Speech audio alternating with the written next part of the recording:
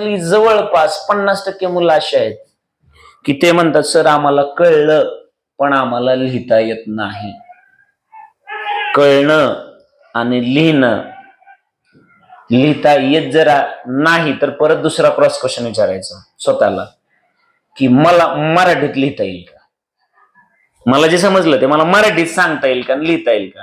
आणि मराठीत जर लिहिता येतं तुम्हाला आणि इंग्लिशमध्ये जर लिहिता येत नाही तर तो प्रॉब्लेम सब्जेक्टचा, कुठला, इंग्लिशचा आहे. पण मला कळलं मला कशातच लिहिता येत नाही म्हणल्यानंतर मोठा घोटाळा. मग आता साधी सोपी गोष्ट आहे, झिनर डायोड, जे कळतं ते लिहिता वाचता सांगता सगळं आलं पाहिजे. झिनर डायोड तर तुमच्या लक्षात आलं असतं. A special purpose diode, A special पर्पजचा अर्थ कळतो ना, स्पेशल पर्पज डायोड असतो. आता हा डायोड बनतो कसा तर तुमच्या लक्षात आलंय त्याच्या, आणि ते सगळं सांगत गेलं म्हणजे डेफिनेशन झाल्यासारखं असतं. A special purpose diode which works in reverse bias. आता मजा अशी आहे की हा फॉरवर्ड बायस मध्ये काम नाही करत, म्हणजे काम करतो पण याचा पर्पजच आहे रिव्हर्स बायस मध्ये बसणं. मग ह्याला ऑलवेज सर्किट मध्ये कसं जोडलेला असतो, रिव्हर्स बायस. सगळे डायोड कसे जोडतात, फॉरवर्ड मध्ये. ह्याला कसं जोडलं असतं, हा. तर special purpose diode which works in reverse bias, that is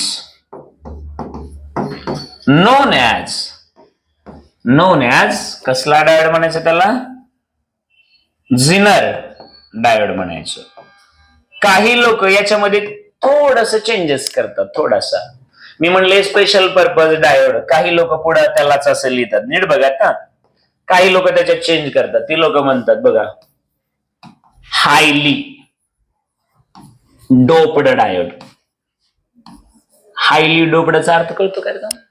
highly doped म्हणजे काय केलं असेल तुम्ही मला सांगा. ज्याला जास्त तिखट लागतं, घरचे काय करतात, हायली डोपिंग करतात. एखाद्याला तिखट आवडतं, नॉनव्हेजची भाजी केली, थोडस नॉर्मल तिखट टाकलं तरी एखादा म्हणतो नाही जास्त तिखट पाहिजे. मग आई म्हणते घे.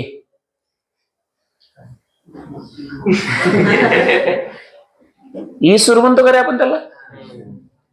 मग मी भाजी करताय म्हणजे मला जेवायचंय, माझ्यासाठी बायकोने स्वयंपाक केला, 1 चमचा काळं तिखट टाकलं, ठीक आहे. पण त्याच ठिकाणी तिचा भाऊ आला आणि त्याला जास्त तिखट लागतं, तर तेवढ्याच भाजी ती 1 चमचा टाकेल का 2 चमचे टाकते, 4 टाकेल. Very good. मग भाजी सेमच आहे पण त्याचं कॉन्सन्ट्रेशन म्हणजे डोपिंग काय झालं, वाढलं. मग हायली डोपडाचा अर्थ काय, तर इम्प्युरिटी जास्त टाकली जाते. काही लोकांना साखर जास्त लागते, काही लोकांना खारट जास्त खायला आवडतं, काही लोकांना गोड जास्त खायला आवडतं, त्यांच्यासाठी इम्प्युरिटी जास्त झाली ना.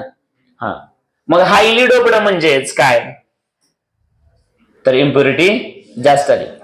मग highly doped diode which works in कुठली कंडिशन म्हटलं त्याला, reverse bias is known as नाव काय दिलं होतं त्याला आपण, झिनर डायोड. मग सगळ्यात साधा पहिला सोपा म्हणजे क्वेश्चन असेल, झिनर डायोड काय असतं, तर तुम्ही म्हणाला पाहिजे तो एका डायोड सारखाच असतो पण त्याच्यामध्ये डोपिंग काय केलं असतं, थोडं जास्त केलेलं असतं.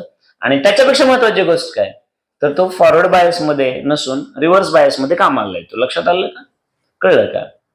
मग जर हे तुम्हाला कळालं असेल तर आता याचं सर्किट अगोदर समजून घ्यायचं की तो रिव्हर्स बायस मध्ये नेमका कसं काय वागतो आणि त्याच्याकडे अशी काय कॅरेक्टरिस्टिक, असं काय स्पेशल त्याच्याकडे असेल की त्याला वापरलं जातं. तर त्यासाठी आपण अगोदर काय करूया की डायोड आपण सर्किटमध्ये देऊ. मग डायोड सर्किटमध्ये डायोड सर्किटमध्ये बसवल्यानंतर त्याला आपण रिव्हर्स बायस करू, व्होल्टेज हळूहळू थोडंसं वाढवू आणि व्होल्टेज वाढवल्यानंतर त्याच्या व्होल्टेज आणि करंट VI कॅरेक्टरिस्टिक्स बघूया. मग एकदा का त्याची कॅरेक्टरिस्टिक तुमच्या लक्षात आली की मग तुम्हाला कळेल की हा असा वागतो काय, मग ह्याला कुठं पुन्हा वापरायचा.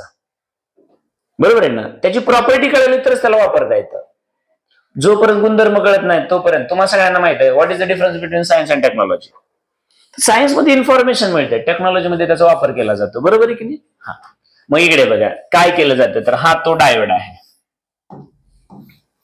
हा तो डायोड आहे. मग आता हा स्पेशल पर्पज जर डायोड असेल तर साध्या डायोड मध्ये आणि स्पेशल पर्पज डायोड मध्ये काहीतरी तुम्हाला डिफरन्स कळावा म्हणून त्याचा सिम्बॉल अगोदर बदललेला असतो.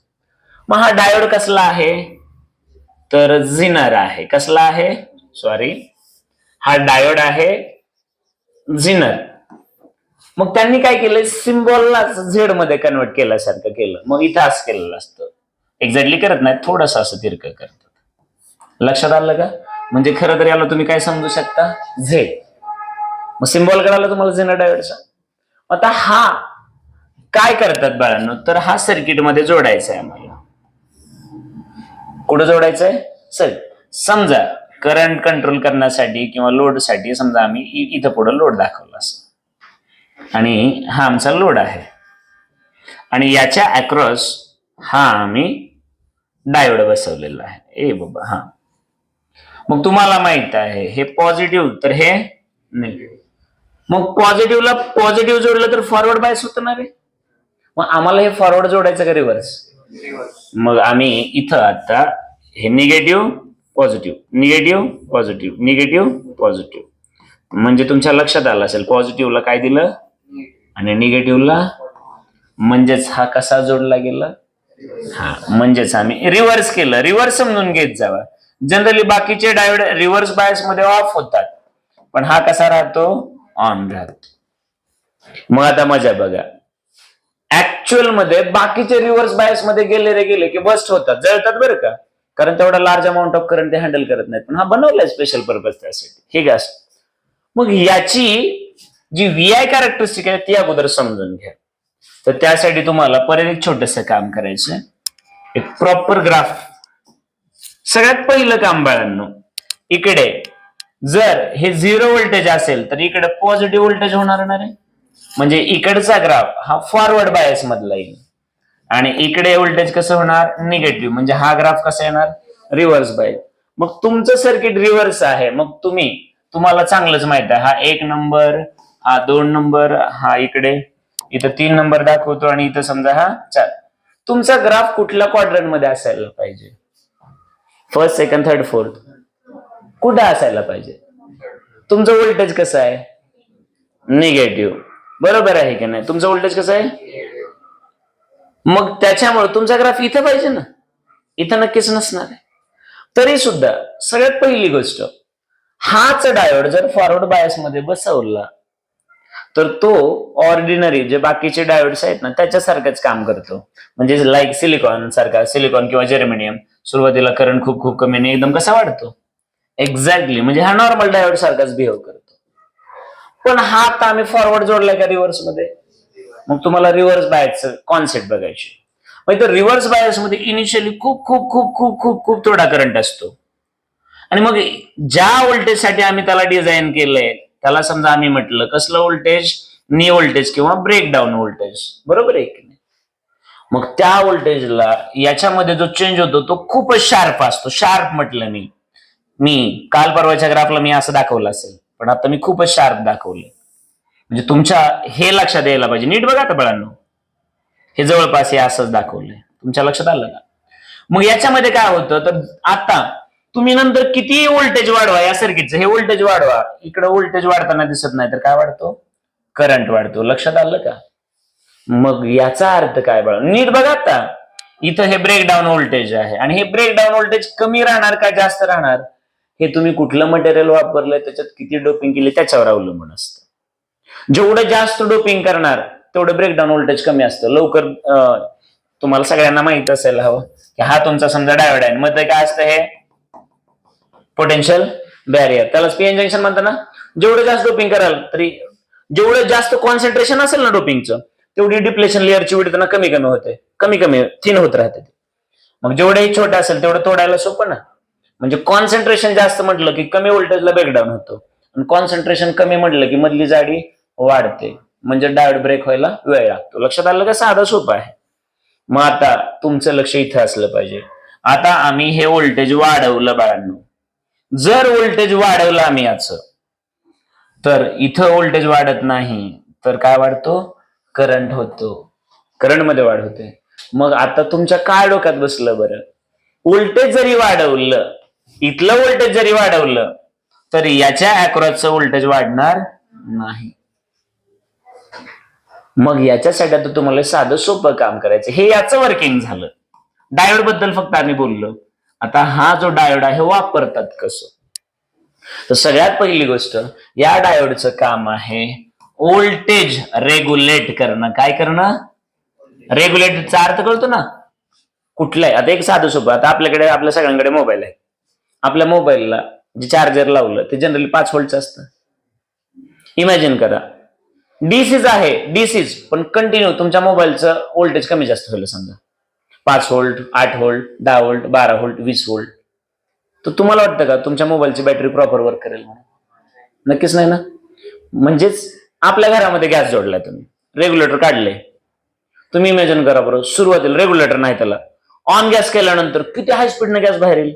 आणि एकदा टाकीतला गॅस अर्ध्यापेक्षा कमी झाला की पुन्हा तुम्ही किती स्विच वाढवा, गॅस कमी कमी येणार ना. मग रेग्युलेटर काय करतो, तर एका फिक्स अमाऊंट मध्ये, मग इकडे प्रेशर किती कमी जास्त हो, किती कमी जास्त हो तुमच्या टाकीतलं प्रेशर, तो वरचा रेग्युलेटर शेगडीला मात्र कॉन्स्टंटनेस देणार. असं काम असतं. रेग्युलेटरचा अर्थ असतो आउटपुट जे काही येणार आहे ते फिक्स करून टाकणं. बरोबर आहे की नाही? मग हे नीट लक्ष द्यायचं आता की झेनर डायोड कशासाठी वापरला जातो. तर एक उदाहरण, की मी इथं आणलेला आहे आमचा मोबाईल, काय वापरला, आणि मोबाईलला इथं इनपुट द्यायचे, मोबाईलला इनपुट द्यायचे, किती व्होल्ट पाहिजे, 5 व्होल्ट. घरातून पिन आणून दिली, याला 5 व्होल्ट आहे, मग तिकडं काही का बदललं होईना, माझ्या मोबाईलला किती मिळायला पाहिजे, 5. कमी पडू द्यायचं नाही, जास्त होऊ द्यायचं नाही. बरोबर आहे. हा, एकदम सोर्सच खूप खूप कमी आला असतो, काय स्वतः प्रोड्यूस करणार नाही, पण बऱ्याचदा व्होल्टेज वाढतं. तुम्हाला सर्ज नावाची कॉन्सेप्ट माहित असेल, सर्ज किंवा फ्लक्च्युएशन होणं. बऱ्याचदा असं होतं की घरामध्ये अचानकच खूप जास्त व्होल्टेज येतं फ्रॅक्शन ऑफ सेकंदासाठी. मग तशा केसेसमध्ये तुम्ही बघितलेलं असतं, आपल्या घरामध्ये काही स्विच ट्रिप होतात बघा, त्याला काय म्हणतात, एमसीबी. बरोबर आहे की नाही? ट्रिप होतात. त्याचबरोबर ही शेतातली जर गोष्ट बघितली, एखादी मोटर जास्त करंट ओढत असली तर फ्यूज जळतात. ती फ्यूज त्याच टाईपचा प्रकार झाला. बरोबर आहे की नाही? हा, मग तेवढं सोपं समजून घ्यायचं आपल्याला की आम्हाला व्होल्टेज फिक्स मध्ये द्यायचं, आणि व्होल्टेज इनपुटचं वाढलं तर आउटपुटचं ऑटोमॅटिकली वाढेल ना, पण हे वाढू देत. मग हे नेमकं काय करतं ते बघूया आपण आता. नीट मात्र लक्ष द्या. आणि जर नाही कळालं, सगळ्यात अगोदर झेनर डायोड काय कळालं का, हे स्पेशल पर्पज डायोड आहे. त्याच्यामध्ये डोपिंग कसं केलं जातं, हायले असतं, हायले डोपिंग केलं जातं. आणि तो काम, हायले डोपिंग म्हणजे जास्त कॉन्सन्ट्रेशन असतं कशाचं, इम्प्युरिटीचं. आणि तो सर्किटमध्ये फॉरवर्ड बायस मध्ये जोडतात का रिव्हर्स बायस मध्ये, रिव्हर्स बायस मध्ये. एवढं जर कळालं. आता त्याचं काम काय आहे, तर त्याचं काम आहे कॉन्स्टंट व्होल्टेज देणं, किंवा व्होल्टेज रेग्युलेटर करणं, किंवा व्होल्टेजची व्हॅल्यू फिक्स ठेवणं. आता ते कसं करतं हे आपल्याला स्टडी करायचंय. तर सगळ्यात अगोदर नीट एकदम शांत डोक्याने बघायचं की समजा बाळांनो, हा तुमचा लोड आहे. हा लोड म्हणजे तुमच्यासाठी तुम्ही काय पकडा, मोबाईल पकडा. मग ज्याच्या अक्रॉस, म्हणजे ज्याला व्होल्टेज द्यायचंय ऑलवेज, त्याच्या अक्रॉस आम्ही काय केलेलं असतं, तर त्याला पॅरलल मध्ये जोडलेलं असतं. मग पॅरललचा अर्थ कळतो ना, पॅरलल मध्ये काय सेम असतं, जावा 9वीला आणि बघा तिथं ओहम्सला सिरीज आणि पॅरलल सर्किट. पॅरलल मध्ये काय असतं, व्होल्टेज सारखं, आणि सिरीज मध्ये करंट सारखा असतो. अरे सिरीज म्हणल्यानंतर एकच रस्ता ना, 12 4. आता किरचॉफ तुमचा स्ट्रॉंग असला पाहिजे, तुम्ही ओहम मध्ये राडा करता. बरोबर आहे का, बरोबर आहे का? हा, मग आता इकडे नीट बघा. आता याचा सिम्बॉल झेड दिसावा लागेल ना रे, हा असा झेड आहे ना. मग हे असं होतं ना. आता हेच असं केलं तर याला मी असं दाखवलं तर चालेल का?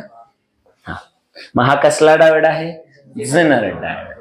ओके, मग हे याचं पॉझिटिव्ह आहे, तर हे काय आहे त्याचं, पण जोडताना इकडे काय जोडावं लागेल, आणि इकडं तर त्याला रिव्हर्स मध्ये ठेवावं लागेल. हा, मग आता इकडे एक मोठा रेजिस्टन्स असा बसवला जातो, याला म्हणायचं सिरीज रेजिस्टन्स. कसला, आणि याच्या अक्रॉस तुमचा सोर्स जोडला जातो. मग हे negative positive negative positive negative positive negative positive, ही खूप मोठी निगेटिव्ह पॉझिटिव्ह समजा बॅटरी आहे मोठी अशी, याचं व्होल्टेज कमी जास्त करता येतं असं इमॅजिन करा.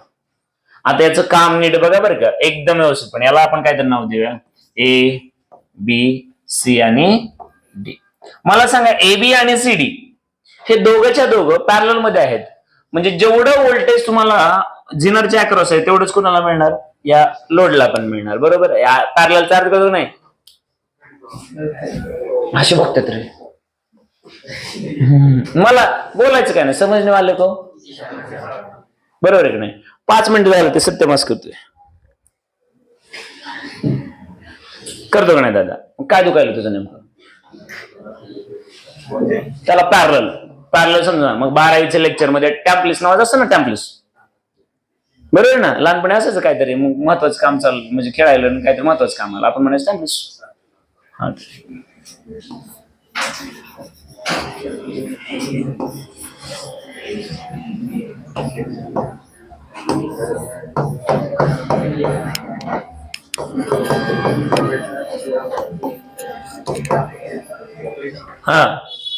R1 आणि R2 दोन रेजिस्टन्स आहेत आणि दोघांच्या अक्रॉस 12 व्होल्टची बॅटरी.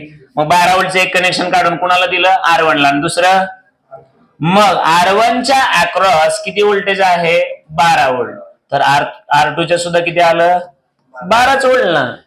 जेव्हा व्होल्टेज सेम असतं दोघांचं तेव्हा त्याला कसलं कॉम्बिनेशन म्हणता तुम्ही, पॅरलल. मग इथं दिसेना का तुम्हाला, कळतंय का? आणि जर तसं नसतं कळत बाबांनो तर सेम तेम तसं करतो. काय तुमचं डोकं बास का रे बाबांनो? आता तर सेम दिसायला लागलं का? मग या पॉइंटला याला म्हणलं एक्स आणि याला म्हणलं वाय, एक्स आणि वायच्या अक्रॉस 2 फांद्या जोडल्या, आता तर झाले का पॅरलल?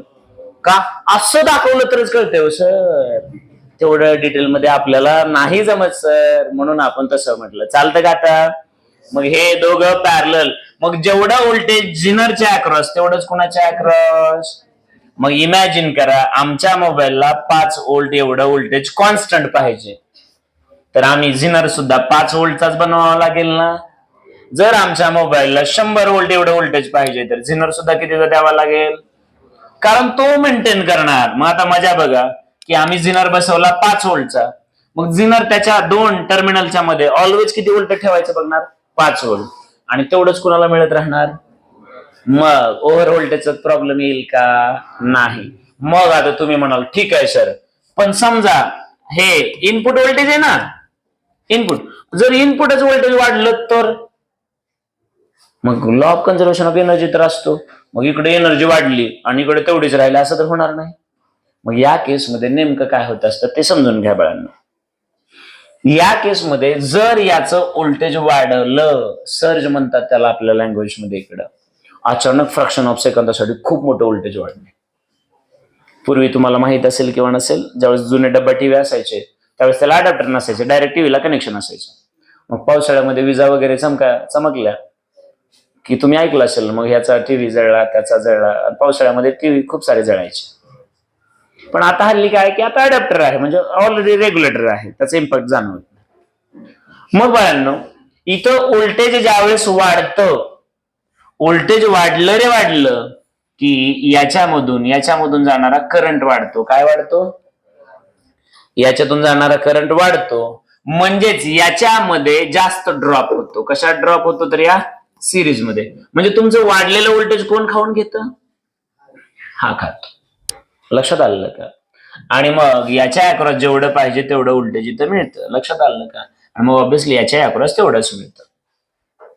मग मुद्दा असा आहे की जर व्होल्टेज वाढलं तर कळालं, पण बऱ्याचदा असं असतं की हे इनपुट तेवढंच आहे समजा, आणि इथला जो लोड आहे ना, लोड त्याचा रेजिस्टन्स कमी व्हायला चालू झाला. काय व्हायला चालू झाला? त्याचा रेजिस्टन्स कमी. मग जर याचा रेजिस्टन्स कमी होत असेल तर याच्यातून करंट जास्त होणार का कमी होणार? जोरात. करंट इकडून जास्त जातो आणि इकडून करंट कमी येतो. पण त्याही केसमध्ये याचं व्होल्टेज मात्र बदलत नाही. अमाऊंट ऑफ करंट इकडे जास्त फ्लो होतो, इकडे कमी. पण व्होल्टेज मात्र सेमच राहतं. कारण तुम्हीच विचार करा, इथं रेजिस्टन्स छोटा ठेवला तर इकडून जास्त करंट जाईल, इकडे रेजिस्टन्स मोठा आहे तर इकडून कमी जाईल, पण दोघांच्या अक्रॉसचं व्होल्टेज सेमच राहील. लक्षात आलं का?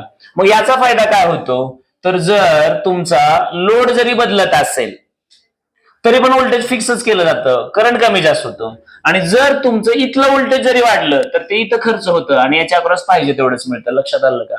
म्हणजेच थोडक्यात काय रे, तर तुमचं हे मेन सर्किट आहे, तुमचं मोबाईल मेन डिव्हाइस आहे ना, तर तो सेफ ठेवायचं काम, त्याला कंटिन्युअसली पाहिजे तेवढं फिक्स व्होल्टेज द्यायचं काम हे सर्किट करत असतं. लक्षात आलं का? मग तुमचा आहे मोबाईल, तुमच्या मोबाईलला कंटिन्युअसली किती लागणार आहे? 5 लागणार आहे. मग तुम्हीच इमॅजिन करा, त्याला लागणार आहे 5 आणि तिथं जर व्होल्टेज वाढायला लागलं तर ते डिव्हाइस प्रॉपर वर्क करेल का? नाही करणार. मग 5 व्होल्टेजची गरज आहे तुम्ही देता 10, हाय व्होल्टेजमुळे खराब होईल ना. मग हा काय करतो, त्याला जेवढी गरज आहे तेवढंच द्यायचं काम करतो. म्हणून बाळांनो, मॅक्झिमम व्होल्टेज रेग्युलेटर सर्किटमध्ये काय वापरलं जातं? झिनर डायोड वापरलं जातं. मग झिनर डायोडचं काय काम आहे? व्होल्टेज रेग्युलेट करायचं. रेग्युलेटचा अर्थ कळाला? जेवढं पाहिजे तेवढंच द्यायचं, म्हणजे फिक्स अमाऊंट मध्ये द्यायचं. आणि जे रेग्युलेट करतात त्यांना रेग्युलेटर्स म्हणतात. बरोबर आहे की नाही? याचं सगळ्यात साधं सोपं उदाहरण मी तुम्हाला नेहमी आपल्या घरातल्या सिलेंडरवरती जो रेग्युलेटर असतो त्याचं देतो. कारण सुरुवातीला टाकीत कितका गॅस भरलाय म्हणून हाय प्रेशरनं बाहेर येईल आणि पुन्हा कमी कमी जसा होईल तसं प्रेशर कमी होईल. तर रेग्युलेटरचं काय काम असतं? प्रेशर कमी असो किंवा जास्त असो प्रॉपर मेंटेन करायचं. समजलंय का सगळ्यांना? नक्की एका फ्लो मध्ये द्यायचं. मग इथलं व्होल्टेज जास्त जरी झालं तरी तो व्होल्टेज काय करणार, त्याला तेवढंच देत राहणार. मग व्होल्टेज जास्त झाल्यानंतर एनर्जी जास्त झाली तर ती कुठं जाणार, तर तिथं लॉस होत असते. लक्षात आलं का? एनर्जीचा लॉस होतो मान्य, पण सर्किट कसं राहतं? सेफ राहतं. समजलं आहे का? नक्की कळालं? तर झिनर डायोड काय आहे, तो कसा बनत असेल, त्याचं कॉन्सन्ट्रेशन कसं असेल, तो सर्किटमध्ये कसा जोडायचा आणि सर्किटमध्ये जोडल्यानंतर तो नेमकं काय काम करतो, तर या सगळ्या गोष्टी कळाल्यात का? तर मी परत एकदा बोलेन. Zener diode is a special purpose diode that works in forward bias or reverse bias. आणि फॉरवर्ड बायस मध्ये कसं काम करतो, तर बाकीचे ऑर्डिनरी डायोड जसे काम करतात तसंच करतो. म्हणून त्याची आपण डायग्राम पण दाखवली ना रे बाळांनो. ही इकडं आहे फॉरवर्ड मधली, पण आपल्याला कशासाठी पाहिजे इकडे? रिव्हर्स साठी. आणि रिव्हर्स मध्ये जो करंट मध्ये चेंज होतो तो शार्प होतो. बरोबर आहे का? एवढं तरी कळालं का? मग करंट वाढतो पण व्होल्टेज वाढत नाही. समजलं का सगळ्यांना? मग सर्किटमध्ये जर तुम्हाला व्होल्टेज फिक्स करायचं असेल, कॉन्स्टंट प्रोव्हाइड करायचं असेल किंवा रेग्युलेट करायचं असेल तर तुम्ही कुठला डायोड वापरणार? झिनर डायोड. आणि तो सर्किटमध्ये कसा जोडायचा? निगेटिव्ह पॉझिटिव्हला जोडलं म्हणजेच रिव्हर्स जोडायचा. लक्षात राहील का?